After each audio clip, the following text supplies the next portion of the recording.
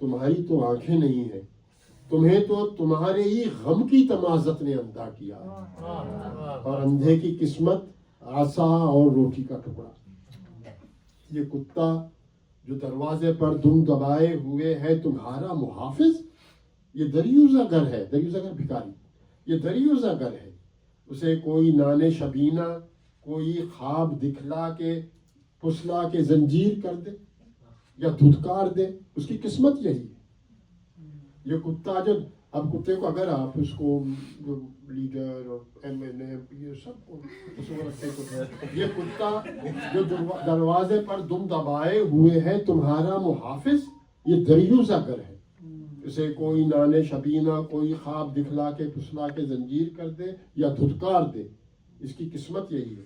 تمہیں کچھ خبر ہے وہ مائی جو صدیوں سے تیرے لیے خواب بنتی رہی ہے. لیاری کے بارے میں کانسیپٹ یہ ہے کہ کلانچی یعنی کراچی ایک مائی کا نام ہے جس کا پورا کراچی کا, وہ مائی جو صدیوں سے تیرے لیے خواب بنتی رہی ہے وہ خود اپنے خوابوں کے پرچھائی میں قید ہے, رو رہی ہے.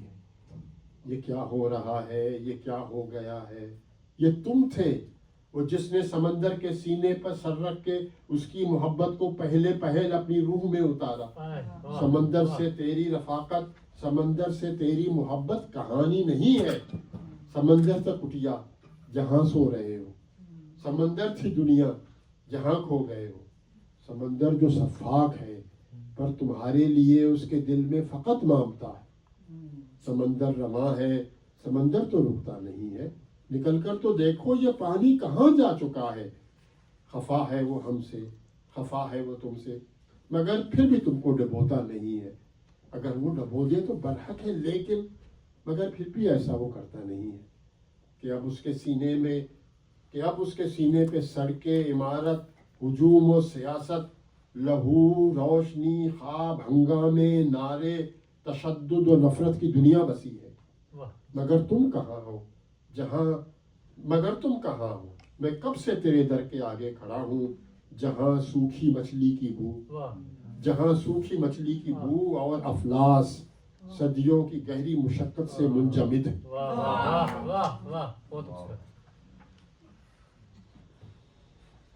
تو چلیے میں یہ سنا رہا ہوں تاکہ وہ شہباز ابن حیدر اپنی ترجمہ پڑھے تو آپ کو آسانی ہو ذرا. یہ غزل ہے. ایک جنگل ہے, اس جنگل میں ناچ رہے ہیں بچے تتلی پھول. ایک جنگل ہے, اس جنگل میں ناچ رہے ہیں بچے تتلی پھول. ایک منظر ہے جس منظر میں قید ہوئے ہیں بچے تتلی پھول. ایک عالم ہے جیسے آنکھ میں جلتی بجھتی خوابوں کی قندیل. ایک عالم ہے جیسے آنکھ میں جلتی بجھتی خوابوں کی قندیل. ایک وحشت ہے جیسے سارے نقش مٹے ہیں بچے تتلی پھول. ایک ویرانی جیسے روح کے سناٹے میں جلتی دھوپ کا راج. ایک ویرانی جیسے روح کے سناٹے میں جلتی دھوپ کا راج. ایک ویرانی جیسے سب معدوم ہوئے ہیں بچے تتلی پھول. اور ایک دریا وہ جس دریا کی لہروں سے تھی خوشیوں کی تقسیم. ایک دریا وہ جس دریا کی لہروں سے تھی خوشیوں کی تقسیم. ایک دریا یہ جس میں سارے ڈوب گئے ہیں بچے تتلی پھول. ایک تنہائی جیسے رات کی باہوں میں ہو ہنگامے کی لاش.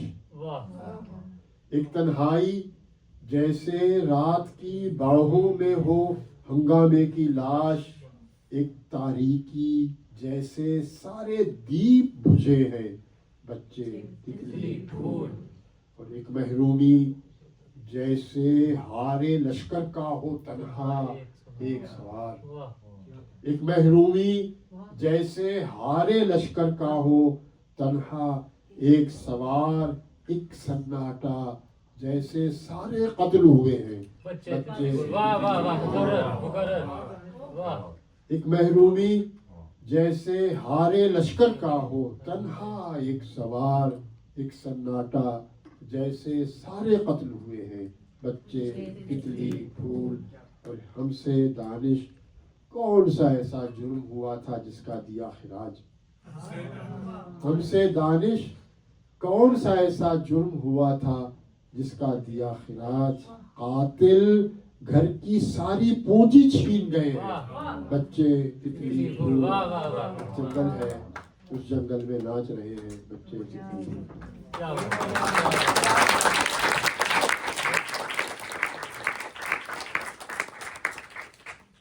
کوئی دوست ہوتا اچھا چلے اچھا سناتے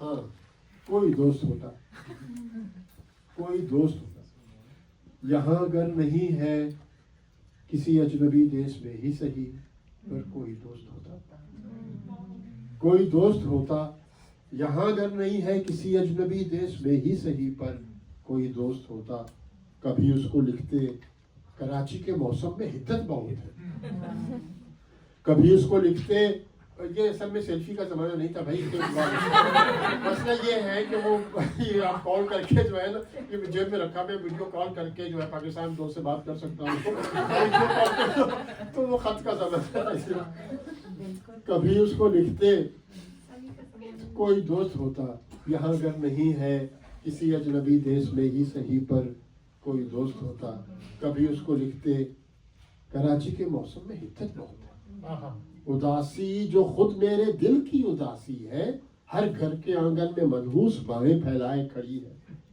گھٹائیں تو آتی ہیں لیکن برستی نہیں ہیں یوں لگتا ہے جیسے میرے شہر پہ کوئی آسیب ہے قحط بارہ کا سایہ ہے اس پر کبھی اس کو لکھتے میں تنہا بہت ہوں وہ لڑکی جو مجھ کو سرے راہ چلتے ہوئے مل گئی تھی یوں ہی راہ چلتے ہوئے کھو گئی ہے میں اب اس کی یادوں کی دہلیز پہ سر جھکائے ہوئے منتظر ہوں وہ آئے مگر جانتا ہوں کہ یہ خواب ہے جھوٹے خوابوں سے کس کو ملی ہے وصال تمنا کبھی اس کو لکھتے گھروں سے یہ دوری قیامت ہے لیکن مگر خود سے کٹ کر بھی جینا قیامت سے کمتر نہیں گھروں سے یہ دوری قیامت ہے لیکن مگر خود سے کٹ کر بھی جینا قیامت سے کمتر نہیں ہے دعا ہے خدا تم کو خود سے ہمیشہ یوں مربوط رکھے کبھی خود سے دوری کا دکھ نہ اٹھاؤ کبھی اس کو لکھتے سنا ہے یہ میں نے جہاں تم ہو اس دیش میں اب کسی شے کی کوئی بھی قیمت نہیں ہے ہر ایک شے ہے بے مایا بے قیمت اور سب سے سستی کبھی اس کو لکھتے کہ اب عالمی جنگ کا پھر سے امکان ہے عالمی طاقتوں کے مفادات آپس میں ٹکراتے ہیں اور یہ بھی سنائے کہ اس جنگ میں یہ امارات سالم رہیں گے فقط آدمی ختم ہوگی کبھی اس کو لکھتے کہ اب عالمی جنگ کا پھر سے امکان ہے عالمی طاقتوں کے مفادات آپس میں ٹکراتے ہیں اور یہ بھی سنا ہے کہ اس جنگ میں یہ امارات سالم رہیں گے فقط آدمی ختم ہوں گے کبھی اس کو لکھتے کوئی دوست ہوتا یہاں اگر نہیں ہے کسی اجنبی دیش میں ہی صحیح پر کوئی دوست ہوتا کوئی دوست ہوتا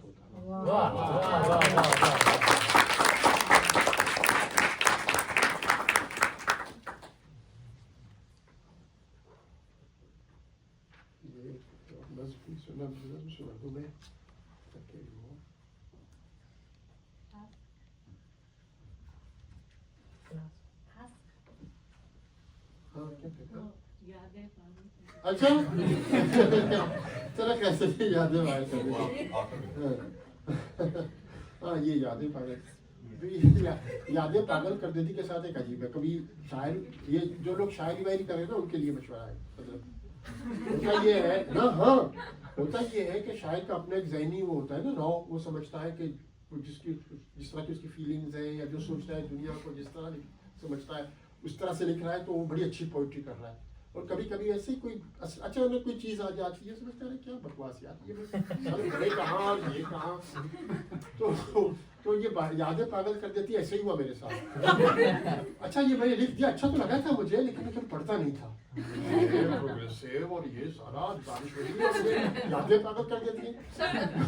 دبئی مشاعرے کے لیے گیا تو وہاں مجھے ہوا کہ دبئی کا مشاعرہ ہے, وہاں تو خیر سیاسی ویاسی لوگ تھے تو سب کچھ چل جاتا تھا. یہاں مشاعرہ سننے آئے ہیں, یہ تو وہ نہیں چلے گا, بچے بول تو نہیں چلے گا. تو میں نے تکے کے طور پر, چلو جیسے آزماتے ہیں نا, چانس لیتے ہیں, تو میں نے چانس کے طور پر یہ پڑھ لیا. اب میں نے ریئیکشن دیکھا تو میں حیران. تو ابھی جو ہے جب سے جو ہے یہ تو مجھے ہوا کہ نہیں, جو چیز ہمیں پسند ہو, بشر رائٹر یا بشر شاعر کی, یہ ضروری نہیں ہے کہ وہ چیز بہت اچھی ہو, اور یہ بھی نہیں ہوتا کہ کبھی جو چیز کو ہم اگنور کر دیتے ہیں یہ سمجھ کے کہ بہت ایزی لکھ لیا میں نے, 1 منٹ میں لکھ لیا میں نے, اور وہ چیز جو ہے کم ہو, ایسا نہیں ہوتا. مطلب یہ لکھنے والوں کے لیے ہے. اچھا یہ نظم ہے, اس کا عنوان ہے احتجاج. اس کے بعد سناؤں گا میں آخر میں جانے سے پہلے, یاد ہے مجھے ثانیہ. ہوا جب تک میرے اس جسم کی دیوار کو بوسیدہ چھلنی کی طرح سوراخ در سوراخ کر لیتی نہیں, میں سانس لینے کی کوئی قیمت نہیں دوں گا. ہوا جب تک میرے اس جسم کی دیوار کو بوسیدہ چھلنی کی طرح سوراخ در سوراخ کر لیتی نہیں, میں سانس لینے کی کوئی قیمت نہیں دوں گا. یہ آندھی جب تلک گھر کے اندھیرے سرد کونے میں مسلسل ٹمٹماتی بوڑھی بتی کو بجھا دیتی نہیں, میں روشنی کے ہاتھ بیعت کے لیے اپنے یہ سوکھے ہاتھ اوپر نہ اٹھاؤں گا. نیا سورج طلوع جب تک نہیں ہوگا, نیا سورج طلوع جب تک نہیں ہوگا, میں گلیوں آنگنوں کچے مکانوں شہر کی ویران سڑکوں اور دیواروں پہ تاریکی ملوں گا, تیرگی پھیلاؤں گا. نیا سورج طلوع جب تک نہیں ہوگا, میں سارے کوسنے اور گالیاں ہر صبح ہوا کے دوش پر رکھ کر اسے پیغام بھیجوں گا. نیا سورج طلوع جب تک نہیں ہوگا, میں سارے کوسنے اور گالیاں ہر صبح ہوا کے دوش پر رکھ کر اسے پیغام بھیجوں گا. یہاں جب لوگ تاریکی میں گھٹ کر مر رہے ہوں گے, ہنسوں گا, کوسنے دوں گا کہ میں مرنے سے پہلے ایک دفعہ, بس ایک دفعہ جی بھر کے جینا چاہتا ہوں. میں کہ جو صدیوں پرانے گھر کے تیرا کمرے میں پیدا ہوا تھا, بے حس و مردہ, سیاہ جسم اور زخمی روح کے ہمراہ, مگر اس بار میں مرنے سے پہلے ہنستے سورج کی شعاؤں میں نہانا چاہتا ہوں, جس کی خاطر شہر کی گلیوں مکانوں آنگنوں سڑکوں دیواروں پر میں تاریکی بچھاتا ہوں. واہ واہ واہ واہ واہ.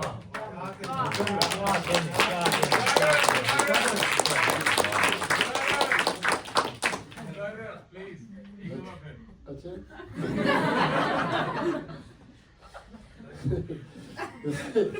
شعر کا مقرر تو ہے, ویسے یہ بات اعزاز ہے میرے لیے, نظم بھی مقرر ہے. چلے یہ ہوا جب تک, یہ آخری مقرر کر لیتا ہوں.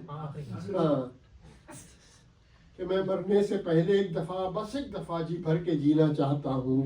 میں کہ جو صدیوں پرانے گھر کے تیرا کمرے میں پیدا ہوا تھا, بے حس و مردہ, سیاہ جسم اور زخمی روح کے ہمراہ, مگر اس بار میں مرنے سے پہلے ہنستے سورج کی شعاؤں میں نہانا چاہتا ہوں, جس کی خاطر شہر کی گلیوں مکانوں آنگنوں سڑکوں دیواروں پر میں تاریکی بچھاتا ہوں. چلیں اب آسمان زرد چلیے. آسمان زردے کے بعد بچے کتنی وہ نہیں بولا, میں فکر مت کریں سامنے, وہ مجھے یاد ہے. لوگ سہمے ہوئے ایک عجب بے کلی, آسمان زرد ہے. لوگ سہمے ہوئے ایک عجب بے کلی, آسمان زرد ہے.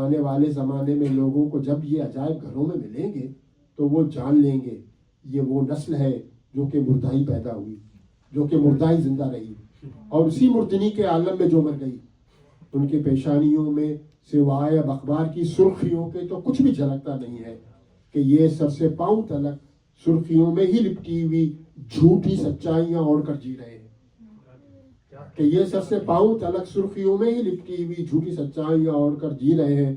اب ان کی باتوں میں بھی شام کے جھوٹے اخبار کی سرخیوں کا تعفن جھلکتا ہے کہ عصر حاضر کی ساری صداقت یہی ہے.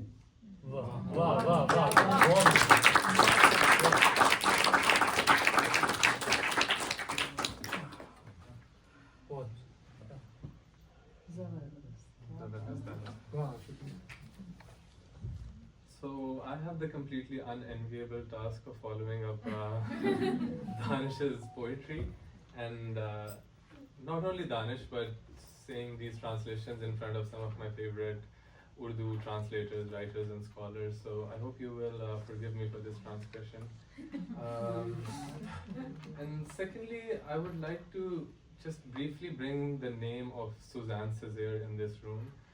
Suzanne Césaire was one of the most important and original theorists of negritude and surrealism. She was interested in thinking about what it would mean to extend surrealism beyond Europe and European letters. In an essay of her magazine Tropique, she wrote a quote that I was thinking about today. We feel that our unsettling epoch will cause a ripe fruit to burst forth on this peaceful sunny land. The formidable, inescapable pressure of destiny has covered the whole world with blood in order to give it tomorrow its new face. I would like to think that Danish's work is that tomorrow that Suzanne spoke of. The people are scared, a strange terror, the sky is amber.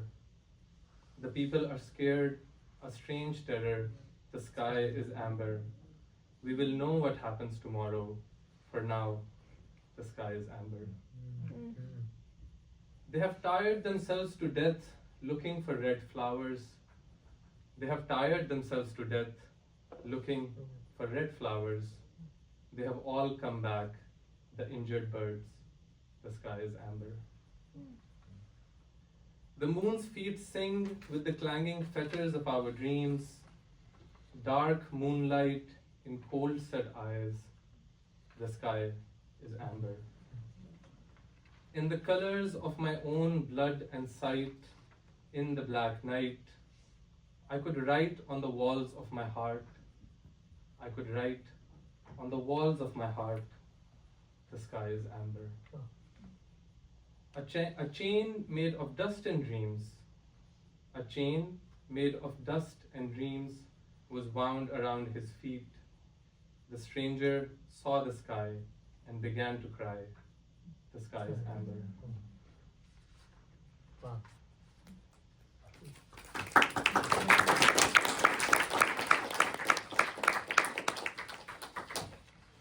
A jungle, in the jungle are dancers, children, butterfly, flower. A scene, in the scene are imprisoned, children, butterfly, flower. A silence like the authority of sunlight in the austerity of spirit. A desolation as if everyone is gone. A desolation as if everyone is gone. Children, butterfly, flower. A river that brings joy with each passing wave. A river that brings joy with each passing wave.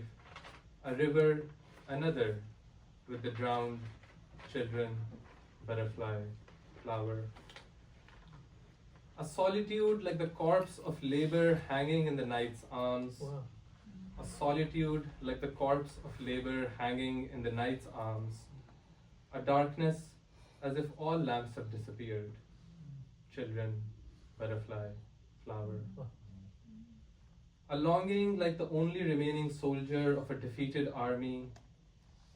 A quiet as if everyone is dead. children, butterfly, flower. What crime did I commit, Danish? I had to recompense. What crime did I commit, Danish? I had to recompense. The killers took everything from the house. The killers took everything from the house. Children, butterfly, flower.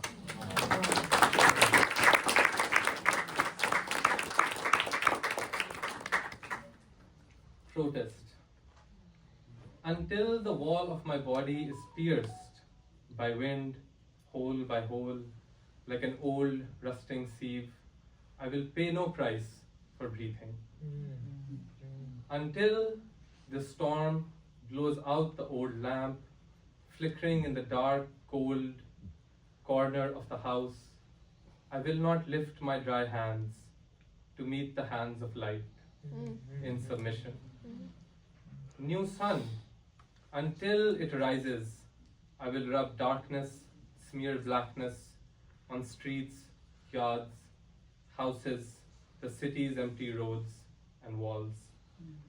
Sun, new sun, until it rises, I will set all insults and curses on the shoulders of wind and send them word.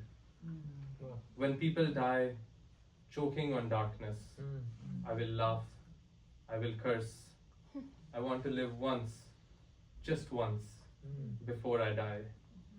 I, born in a dim room, in an ancient house, senseless and dead, with a wounded soul and a black body. But this time, before I die, I want to bathe in the beams of a laughing sun. So I spread darkness on the city streets, houses, yards, and walls.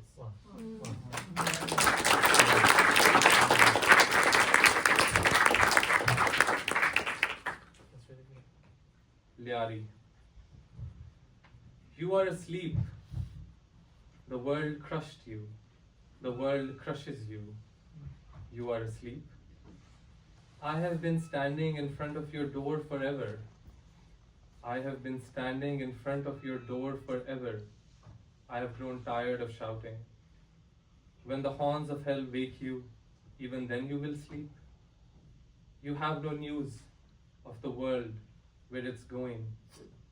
The stream flowing in front of your door is now sea. Do you have news of the sea? You have no news. You have no time to leave your house and see. How will you see? You have no eyes. You are blinded by the strength of your own sorrow. The destiny of the blind, a white cane, a crust of bread. The dog sits by your door, its tail tucked. Your guard? It is a beggar. Give it some bread. Show it some dreams. Trick it. Chain it. Scare it away. That is its destiny. Do you have news? The old woman who weaved dreams for you for centuries is imprisoned in the shadows of her own dreams. She weeps. What happened? What happens? You were the one who lay your head on the chest of the sea and let its love enter your spirit. Your familiarity with the sea, your intimacy with the sea is not a fiction. The cottage was sea where you sleep. The world was sea where you are lost. Sea, the stark murderer. In its heart, there is only love, a mother's love for you. The sea keeps flowing. The sea never ends. Go out and see the water where it is going. It is unhappy with us. It is unhappy with you. Still, it doesn't drown you. It will be justified to drown you. It doesn't drown you. Now on its chest, streets, buildings, crowds, politics, blood, light, dreams, riots, chants.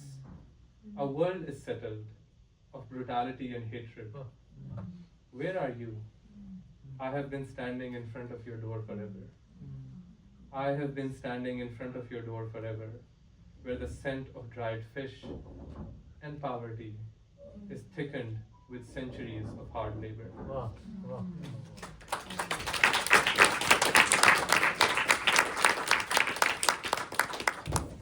last puzzle. There is no shadow, no shadowland. There is a strange terror. There is no one else. There is a strange terror. The clean, shining streets, the shops of the city. The clean, shining streets, the shops of the city. There are crowds everywhere. There is a strange terror. There is laughter and noise. There are parties and friends. If you see, nothing happened. If you see, nothing happened. There is a strange terror. From morning till night, nothing at all happened here. There was no accident. There is a strange terror. There is no fire, no smoke. The children are not dejected. There is no fire, no smoke. The children are not dejected. I also arrived safely. There is a strange terror. There are dreams still. There are people alive. Even God is alive. There is a strange terror. People died. That's okay. The city is not grieved. Nothing new. It happens every day. There is a strange terror. Exiled in my own land, bathed in my own blood. Exiled in my own land, bathed in my own blood. I withstood everything. There is a strange terror. Wow. Wow. Thank you so much.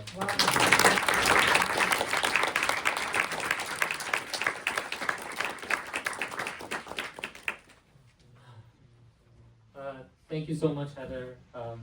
Those are really wonderful, really beautiful, generous translations of Danish's work, which is, yeah, it's really important to think through. Before we conclude the event, we're going to do like a short Q&A. We're going to take some questions from the audience. You can ask anything from Danish or Heather or me, but yeah. Let's see how we do this. I think I'll just pick, if you just raise your hand. Yeah, Hassan. Go ahead. Yeah. If you speak up, can everyone hear? Yeah, that's fine. I don't. Yeah. I don't think you can This is It's fine. This is Yeah, that's fine.